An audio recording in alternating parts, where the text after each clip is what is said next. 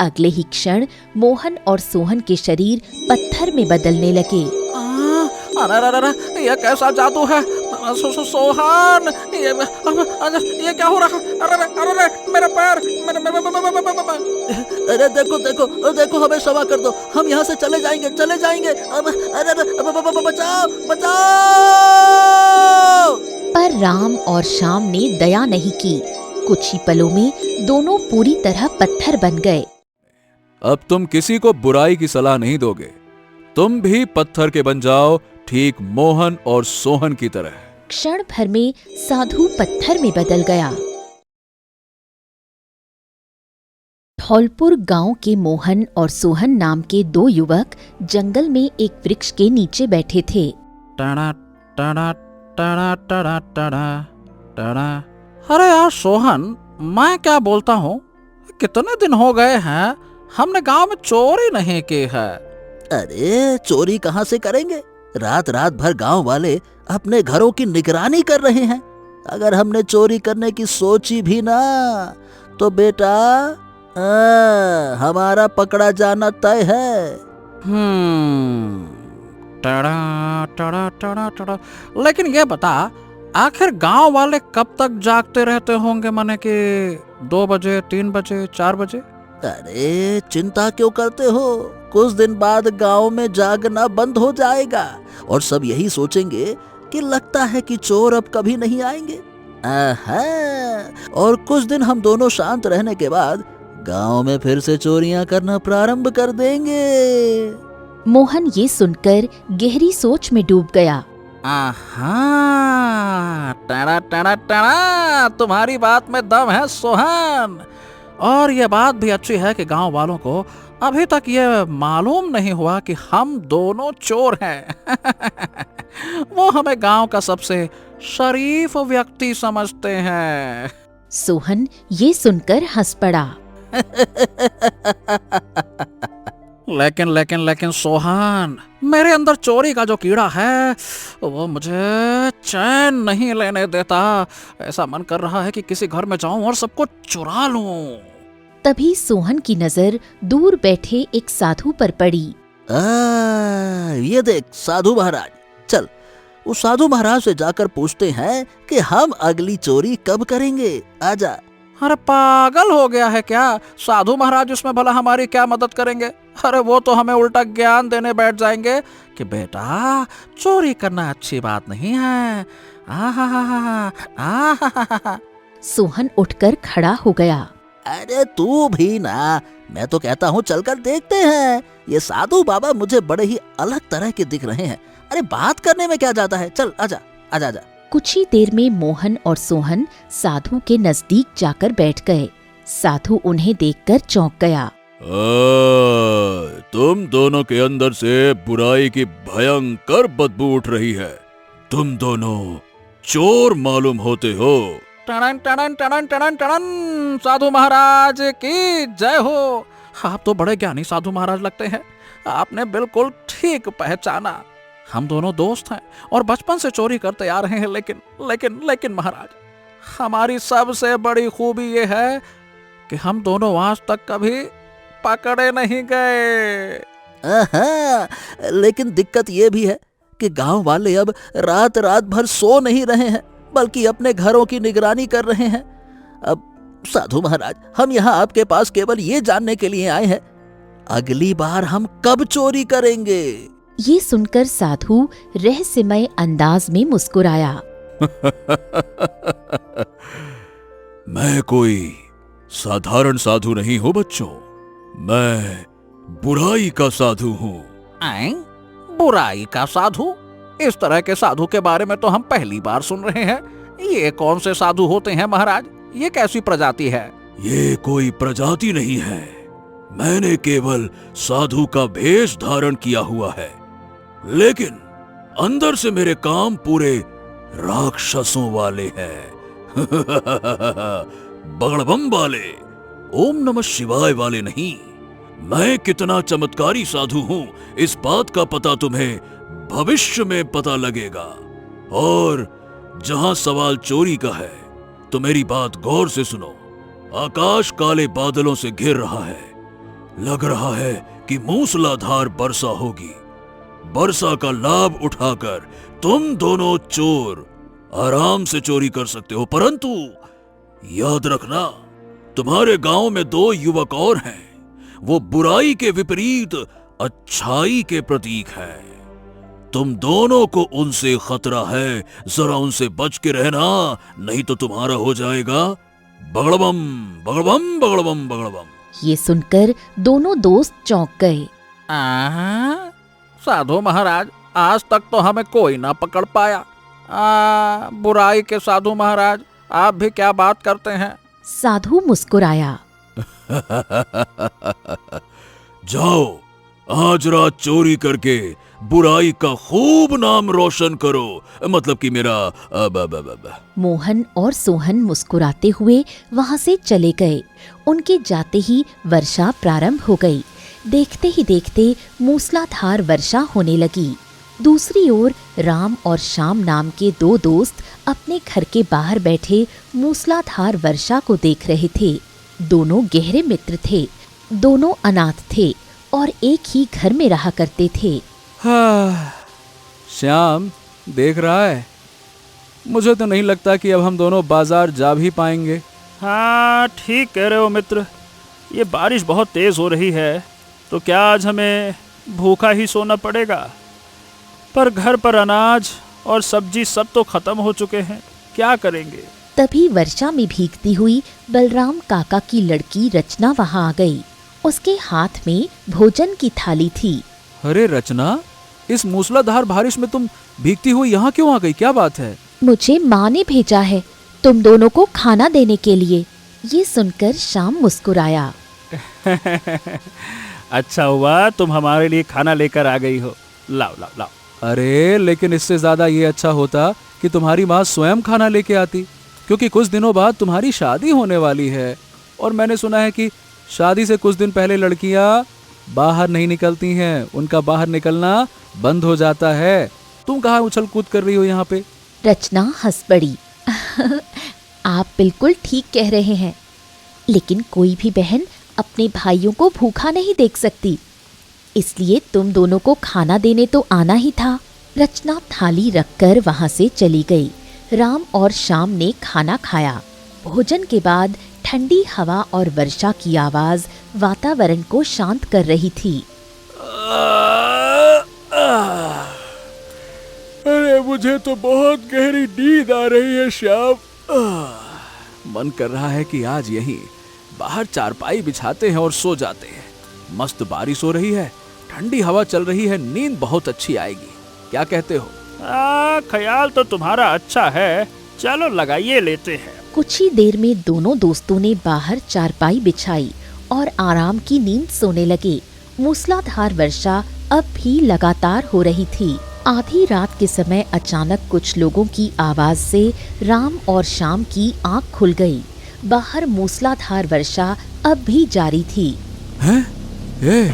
ये गांव में ये शोर शराबा किस बात का है श्याम? अरे कहीं गांव में चोरी होना फिर से प्रारंभ तो नहीं हो गई? तभी राम की नजर अंधेरे में भाग रहे 2 युवकों पर पड़ी। अरे अरे अरे अरे अरे, वो देख वो देख वो देख, अंधेरे में 2 लोग हाथों में पोटली दबाए कहीं भागे जा रहे हैं। देख देख देख देख देख देख। अरे तो देख देख, क्या देर किस बात की है? पकड़ो उन्हें, जरूर वो चोर होंगे। ए रुको, ए। राम और श्याम इतना कहकर बारिश में भागने लगे और कुछ ही देर में उन 2 युवकों को पकड़ लिया। जैसे ही उन्होंने उन दोनों को पकड़ा, वो बुरी तरह से चौंक गए। अरे तो पकड़ लिया है? कौन हो तुम लोग हैं? अरे तो तुम तो हमारे गांव के मोहन हो। और तू है सोहन? अरे ससुरा, तो इसका मतलब तुम दोनों ही गांव में चोर हो, जो न जाने कब से गांव में चोरियां कर रहे हो। क्यों? मोहन क्रोधित हो गया। अरे अब मुझे छोड़ दो, मुझे जाने दो, छोड़ो मुझे, छोड़ो। अब मैं कहता हूँ छोड़ दो मुझे, नहीं तो तुम्हारे लिए अच्छा नहीं होगा। अरे हमें जाने दो, और ये रहस्य किसी को बताना मत, नहीं तो सही बता रहा हूँ, कसम से तुम दोनों के लिए अच्छा नहीं होगा। ए, ये फालतू की बकवास मत करो। तुम्हें लगता है कि हम तुम्हें छोड़ देंगे?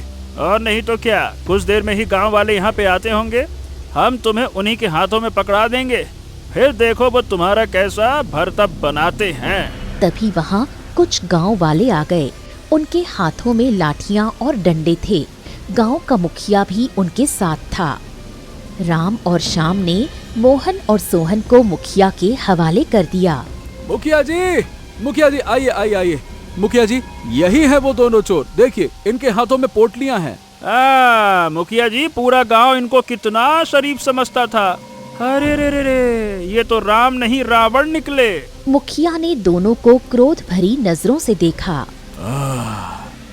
मुझे अभी भी विश्वास नहीं हो रहा है, मोहन और सोहन, कि तुम दोनों चोर निकलोगे।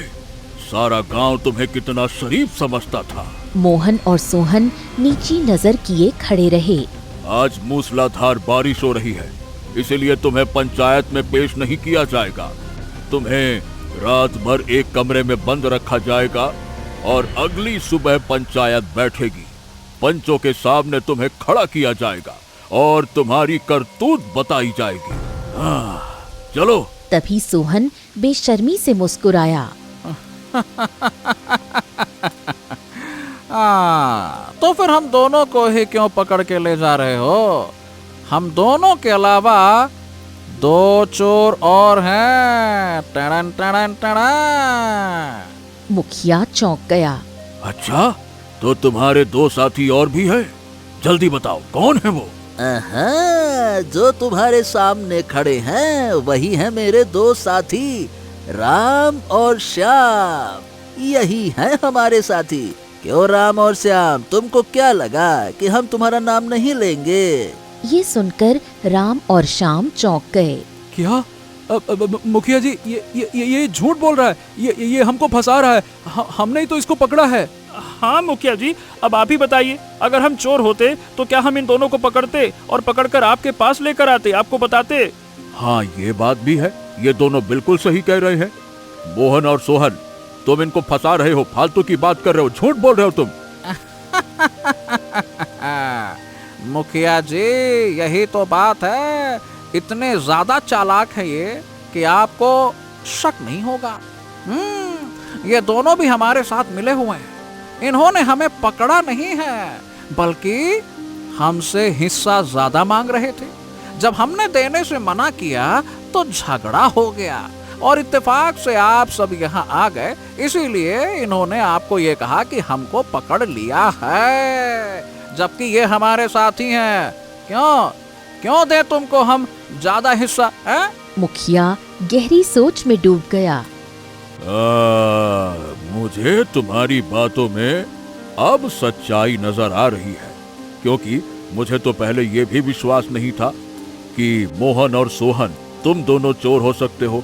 पहले तुम दोनों शरीफ थे, लेकिन तुम दोनों अब चोर हो।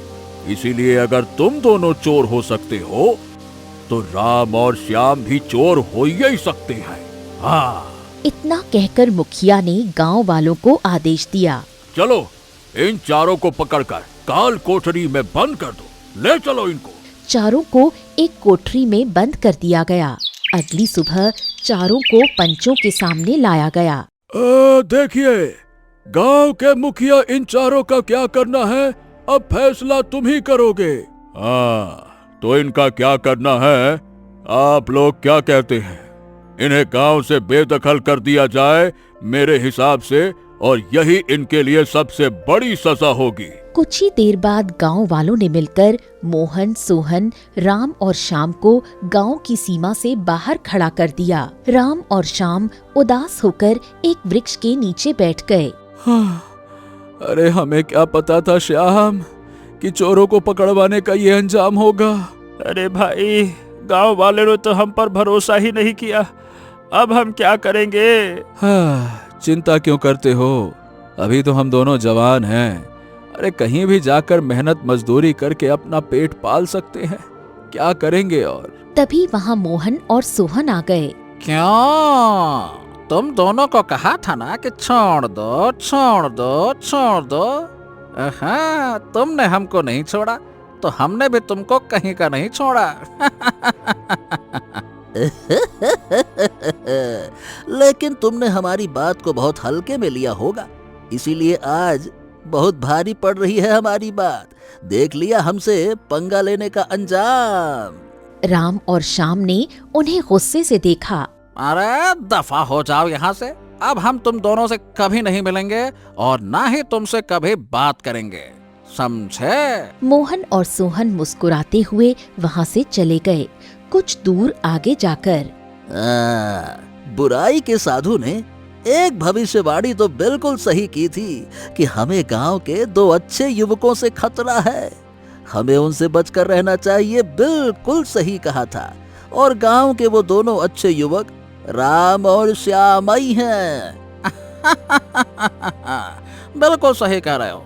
चलो अब चलकर साधु महाराज से मिलते हैं और उनसे आगे का रास्ता मालूम करते हैं कि अब हमें क्या करना है। टड़ा टड़ा टड़ा टड़ा टड़ा, चलो। मोहन और सोहन सीधे फिर से बुराई के साधु के पास चले गए।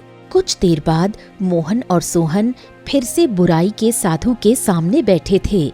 हाँ, तो गांव वालों ने तो हमें निकाल दिया साधु महाराज, लेकिन हमने राम और श्याम को भी खूब मजा चखा दिया। हमने गांव वालों के सामने उन्हें भी चोर साबित कर दिया। अब आप हमें बताइए कि आगे करना क्या है। साधु ने रहस्यमय अंदाज में दोनों की ओर देखा। राम और श्याम से मित्रता कर लो। ये सुनकर दोनों चौंक गए। ये क्या कह रहे हैं आप? आपको लगता है कि वो हमसे मित्रता करेंगे? और माने कि हम उनसे मित्रता क्यों करें? अब मेरी बात ध्यान से सुनो। राम और श्याम का भाग्य बहुत अच्छा है, उनके भाग्य में राजयोग लिखा है। तुम दोनों उनसे दोस्ती कर लो और छल कपट से उनके स्थान पर सत्ता का भोग कर सकते हो। क्या सच में? हाँ, सच में। इतना तो तुम्हें समझ आ ही गया होगा कि मैं कोई साधारण साधु नहीं हूँ, मैं बगड़बम वाला साधु हूँ। दोनों मुस्कुराए और वहाँ से सीधे राम और श्याम के पास चले गए। मोहन और सोहन राम और श्याम के पास जाकर बैठ गए और रोने का अभिनय करने लगे।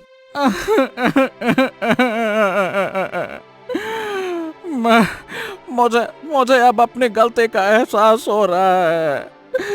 अरे मैंने क्या कर दिया? अब देखो, हमने तुम दोनों के साथ ऐसा किया, ऐसा नहीं करना चाहिए था। हमें बहुत पछतावा है। पता नहीं हमारी मति क्यों मारी गई थी। हमें माफ कर दो, हमें माफ कर दो। राम और श्याम चौंक गए। जरूर ये तुम दोनों की कोई नई चाल है। अब हम तुम्हारे झांसे में नहीं फंसने वाले बेटा। सोहन तुरंत श्याम के पैरों में गिर गया। अरे मेरी बात सुनो, जब तक तुम हमें माफ नहीं करोगे हम यहाँ से नहीं उठेंगे, नहीं उठेंगे, नहीं उठेंगे। माफ करो, माफ करो, माफ करो, माफ करो, माफ करो। मोहन ने भी राम के पैर पकड़ लिए। हाँ, हमें सच में अपनी गलती का एहसास हो गया है। अरे माफ करो भाई, क्षमा करो, गलती हो जाती है, माफ करो, माफ करो। राम और श्याम, जिनका मन कोमल था, एक दूसरे को देखने लगे। अरे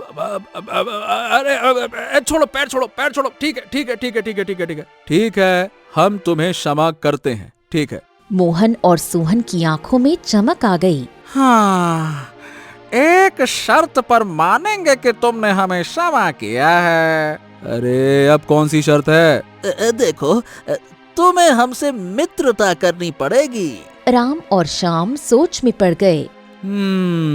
तो देखो, ऐसा है, हम तुमसे दोस्ती एक शर्त पर करेंगे। तुम्हें वचन देना होगा कि अब से कोई चोरी या कोई भी बुरा काम नहीं करोगे। हाँ, हम वचन देते हैं। हाँ, हम तुम्हारे जैसा बनकर दिखाएंगे, ठीक है? अरे वाह। ठीक है, तो फिर हम दोस्ती के लिए तैयार हैं। चलो दूसरे नगर चलते हैं। अब गांव तो जा नहीं सकते, क्योंकि तुम दोनों की वजह से ही हम चारों को निकाल दिया गया है। चारों जंगल के रास्ते दूसरे नगर की ओर बढ़ने लगे। चलते चलते रात हो गई। चारों के पैर दर्द से भर गए। अरे रे रे रे रे रे, अब चलने की शक्ति नहीं है। अरे रे रे रे रे रे। हाँ, थक तो हम भी गए हैं। सामने जो वृक्ष दिख रहा है, आओ उसी के नीचे रात गुजार लेते हैं। कुछ देर बाद चारों उस वृक्ष के नीचे बैठ गए। सुना है कि रात में जंगल में डाकू घूमते हैं। देखो, हमें सोना नहीं चाहिए। मेरे पास एक उपाय है। सुनो, मैं और श्याम आधी रात तक जागेंगे और फिर आधी रात यानी कि जो बाकी की बची हुई रात है, तुम दोनों को जगा देंगे। ये ठीक रहेगा। ठीक है। मोहन और सोहन गहरी नींद में सो गए। राम और श्याम पहरा देने लगे। अचानक वृक्ष से रंग बिरंगी किरणें फूटी और एक सुंदर दिव्य स्त्री प्रकट हुई। अरे कौन हो तुम? मैं इस वृक्ष की देवी हूँ। ये कोई साधारण वृक्ष नहीं, मायावी वृक्ष है। जो भी यहाँ रात बिताता है, मैं उसे भेंट देती हूँ। उसकी आंखों से प्रकाश निकला और 2 फल प्रकट हुए। ये साधारण फल नहीं है। एक फल खाने वाला राजा बनेगा, दूसरे फल का भोग करने वाला जब हंसेगा तो उसके मुंह से हीरे निकलेंगे और जब रोएगा तो उसके आंसू मोती बनेंगे। पर इन्हें सुबह के समय खाना, तभी इनका प्रभाव होगा। देवी अदृश्य हो गई। राम और श्याम ने फल संभाल कर रख लिया। आधी रात को राम और श्याम ने मोहन और सोहन को जगा दिया और स्वयं सो गए। अचानक फिर वही प्रकाश फैला और देवी प्रकट हुई। कौन हो तुम? मैं इस वृक्ष की देवी हूँ। जो यहाँ रात बिताता है, उसे भेंट मिलती है। 2 फल उनके सामने प्रकट हुए। ये फल तुम्हारे स्वभाव के अनुरूप तुम्हारा भविष्य तय करेंगे, लेकिन इन फलों को सुबह खाना। देवी अदृश्य हो गई। हमें इसके चमत्कार की बात समझ में नहीं आई। तभी मोहन की नजर राम और श्याम के पास रखे फलों पर पड़ी। अरे बुद्धू, साधु महाराज ने क्या कहा था? अगर हम छल करें तो उनका स्थान ले सकते हैं। तो क्यों ना इनके फल बदल दें? जरूर इन दोनों के फल चमत्कारी फल होंगे। अये हये हये मेरे चीते, क्या दमदार दिमाग लगाया है तूने। मजा आ गया। दोनों ने चुपके से राम और श्याम के फल बदल दिए और सो गए। सुबह चारों ने अपने अपने पास रखे फल खाए और दूसरे नगर की ओर बढ़ गए। चलते चलते चारों एक विशाल राज्य में पहुँचे। वहाँ राजमार्ग पर भव्य जुलूस निकला हुआ था और सजे हुए हाथी उस दृश्य को राजसी बना रहे थे। अरे बाप, यह कैसा जुलूस है? और वो देख, सामने हाथी ने सूंड में माला क्यों पकड़ी हुई है? अचानक वो हाथी आगे बढ़ता हुआ उनके निकट आ गया और अगले ही क्षण उसने अपनी सूंड में दबाई हुई माला मोहन के गले में डाल दी। जैसे ही माला उसके गले में पड़ी, भीड़ में जयकारे गूंज उठे। नए राजा अमर रहे, अमर रहे, अमर रहे, अमर रहे, अमर रहे, अमर रहे। मोहन स्तब्ध रह गया। तभी भीड़ से एक वृद्ध पुरुष बाहर आया। मैं इस राज्य का राजपुरोहित हूँ महाराज। हमारे राजा का आज स्वर्गवास हो गया है। उनकी कोई संतान नहीं थी। परंपरा के अनुसार हाथी को फूलों की माला देकर हम नए राजा की खोज में निकले थे। हाथी ने आपके गले में माला डालकर आपको राजा घोषित कर दिया है। अब आज से आप इस राज्य के नए राजा हैं। ये सुनकर मोहन की आंखों में चमक आ गई। उसे समझ आ गया कि ये चमत्कार उस फल का प्रभाव था। सोहन हर्ष से हंस पड़ा और उसी क्षण उसके मुंह से कीमती हीरे गिरने लगे। सोहन ने झट से हीरे उठा लिए और मन ही मन समझ गया कि ये भी उसी चमत्कारी फल का प्रभाव था। राम और श्याम ये सब देख रहे थे। ओह श्याम, इसका मतलब ये हुआ कि मोहन और सोहन ने अपनी चोरी की आदत नहीं छोड़ी है। मुझे भी यही लगता है। कल रात इन्होंने हमारे फल बदल दिए होंगे, तभी मोहन राजा बन गया और सोहन के मुंह से हीरे गिरने लगे। जबकि वृक्ष की देवी ने हमारे फलों के यही चमत्कार बताए थे। अब हमें इनका साथ छोड़ देना चाहिए। राम और श्याम वहां से जाने लगे। अरे अरे अरे अरे अरे, कहाँ जा रहे हो तुम दोनों? हाँ, अब देखो तुम तो बन गए हो राजा, अब तुम्हें भला हमारी क्या जरूरत। मोहन मुस्कुराया और 2 हीरे उन्हें थमा दिए।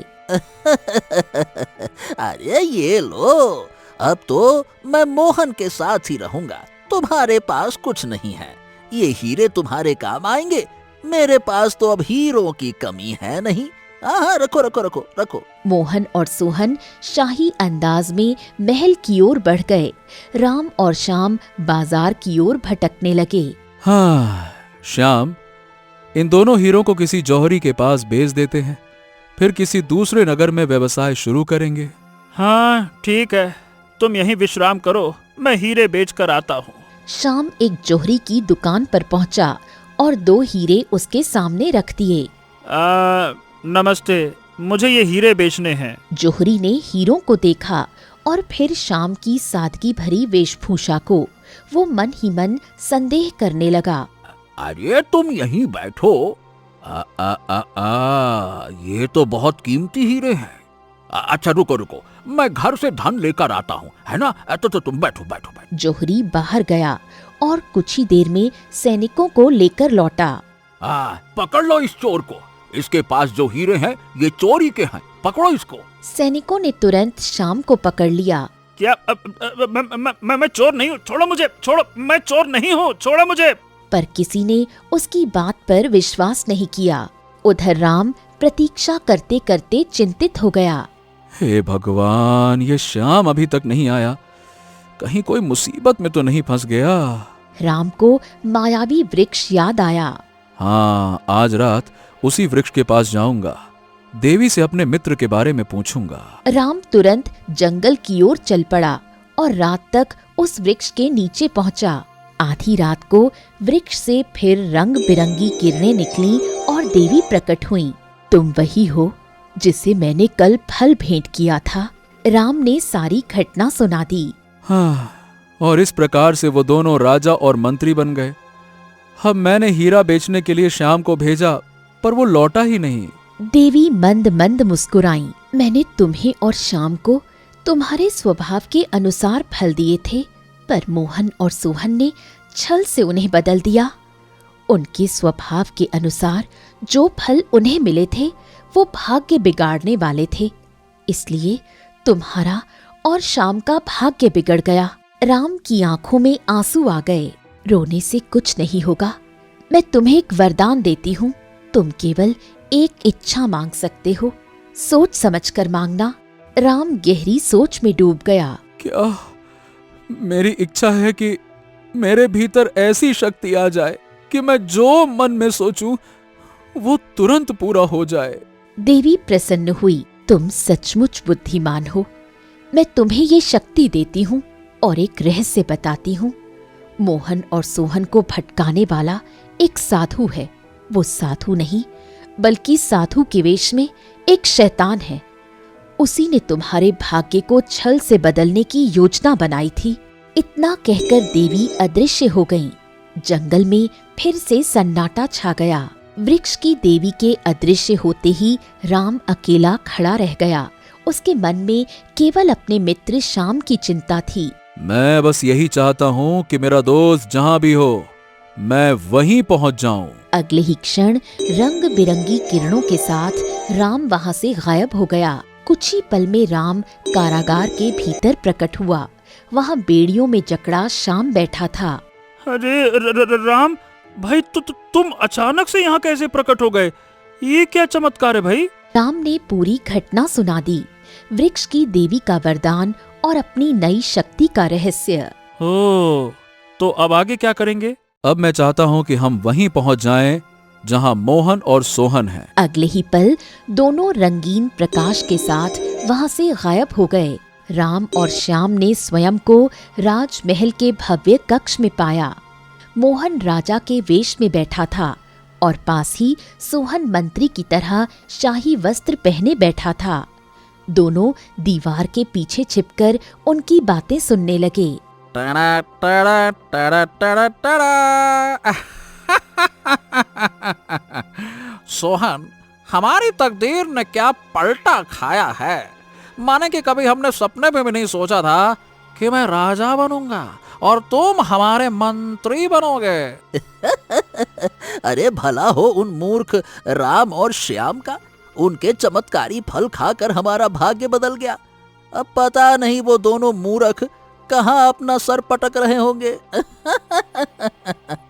ये सुनकर राम और श्याम क्रोध से भर उठे और सामने आ गए। कहीं नहीं, हम दोनों यही हैं और तुम्हारी सारी बातें सुन रहे थे।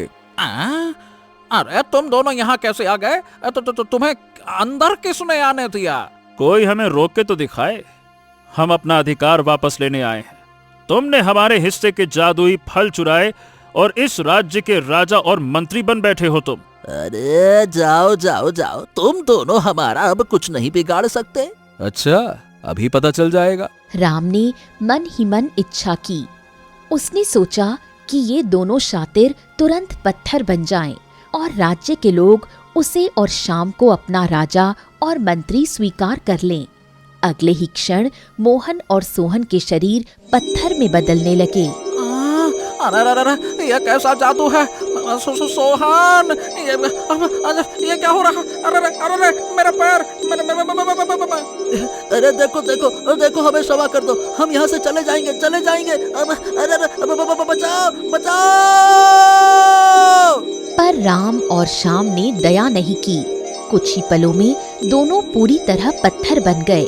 उसी समय राजपुरोहित वहां आ पहुंचा। मैं नए राजा और नए मंत्री का स्वागत करता हूँ। राम राजा बना और श्याम मंत्री।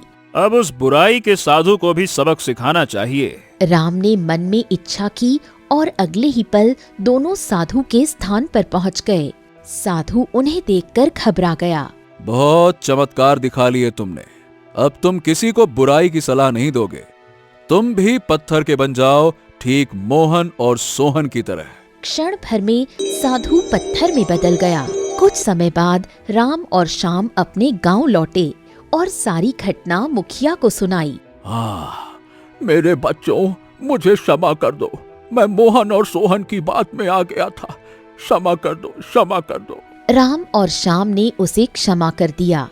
फिर दोनों अपने गांव वालों से मिलकर महल लौट आए। राम बुद्धिमानी से राज्य की देखभाल करने लगा और श्याम उसका सहयोगी बनकर राज्य को समृद्ध बनाने में जुट गया। इस प्रकार अच्छाई ने छल और बुराई पर विजय प्राप्त की।